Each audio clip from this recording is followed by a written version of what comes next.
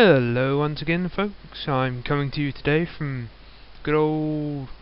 what the hell's this map called again? I come here so often. GM Construct, that's it. Coming from you from GM Construct, teach you about engines. Now then, these are mostly gyroscope based engines, meaning they only tend to work one way up.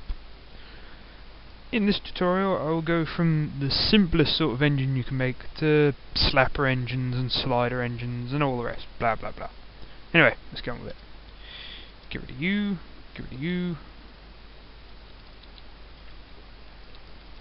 And hopefully I should be able to include this save with the video so you'll be able to see it. Anyway, simplest motor you can make is a forcer motor. Now then, you need wire to make these.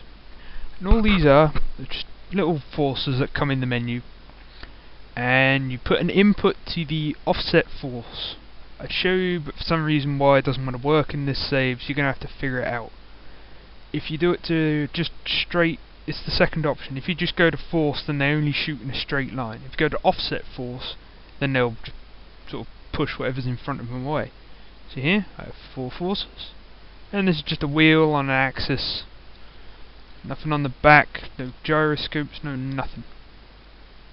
Good thing about these are, they're the simplest thing in the world to make, because you're making with basically 2 constraints and that's it.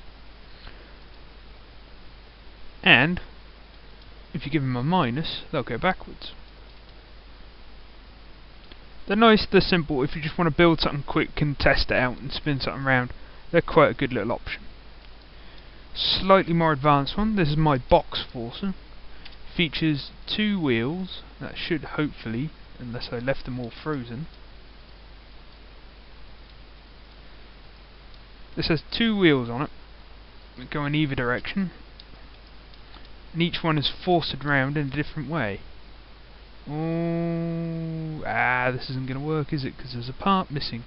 Oh wait, no, I know what's wrong.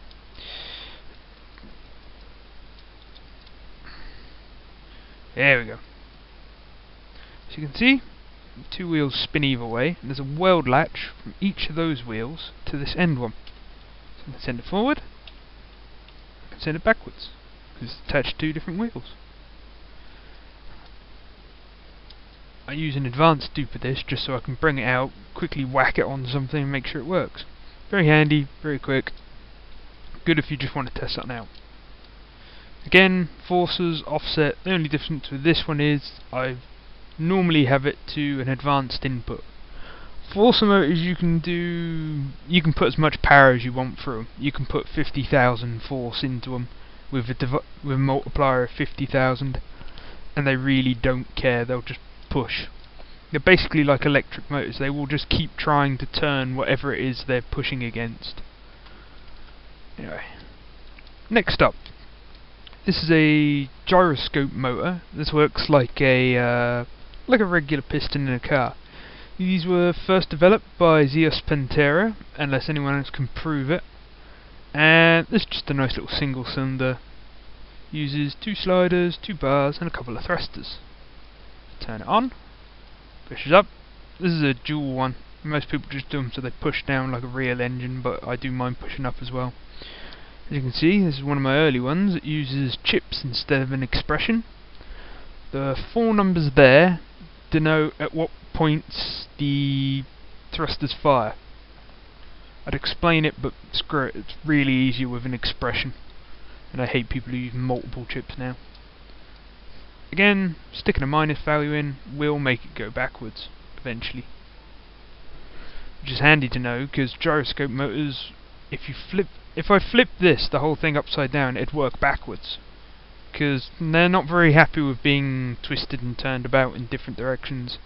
If you want to make something to go rock climbing up, you want to force a motor because they'll work in any direction.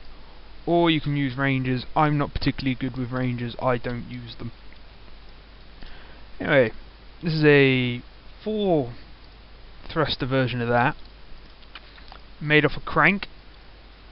There's just a couple wheels, got 2 gyroscopes because there's 4 thrusters and they all fire separately. Let's flick this on. You can see they all fire in sequence and they spin everything. They work quite nice. Problem with these are, when you dupe them, they tend to wobble, and because the crank has 2 axes on it, when they're not all frozen, because all these are frozen together so they don't wobble, this will just wobble all over the place and it's horrible. They really don't like being duped. That and sliders just suck. This is a rather new engine in the world, another gyroscope. This is what is known as a slapper engine. Again, as far as I know, made by Zeus Pantera. Instead of using sliders, we have an axis up here. I really should have put the pointer tool on. Axis there, and an axis at the centre point, then solid ropes to the end of each arm. It looks very bizarre when it's running, but you can get them quite smooth. They work up to 45 degrees either way, they're quite powerful, they're rather nice to use. I've used them on cranes, I use them on my truck. This is a long throw version. This is my much bigger long throw version, which is also a bit testy about working properly. Oh, let me freeze this one. This is a 8 slapper engine. This has got a dead spot on it though, so it's not particularly good. Again, gyroscopic timing, so you send it too far away, it's going to start screwing up and not firing in the right order, then you get dead spots and you stall out on hills and it's terrible. On top of slappers, you can do one like this, which is a very short throw slapper, which a short throw one seems to be able to do a lot higher RPM. You can go a lot faster with a short throw than you can a long throw. But I think you can get more torque out of a long throw, I'm not sure, because I keep using the old ding-dong Forcer motors. I quite like Forcer motors. That's pretty much it. That's, as far as I know, every sort of engine you can use. There's a few different designs for all these, but they all tend to be the same. One of the big popularities now is using Rangers instead of gyroscopes. If you use a Ranger, then the problem is it will try and fire on the up and the down stroke, so you have to sort of offset them all if you have more than a couple pistons. That's why I don't like them. They're a bit funny to work with. As in, sometimes they'll work right and then sometimes they'll start going backwards for no reason, and if you've just built a rather complex gear relationship like this, it can screw it up quite merrily. Oh dear. So yeah, that's pretty much all the engines you can do in Gmod. From simple couple of constraints to 20 or 30 odd bits. All depends on what you want to use them for. Okay, that's pretty much it. Those are the engines. Don't they look lovely?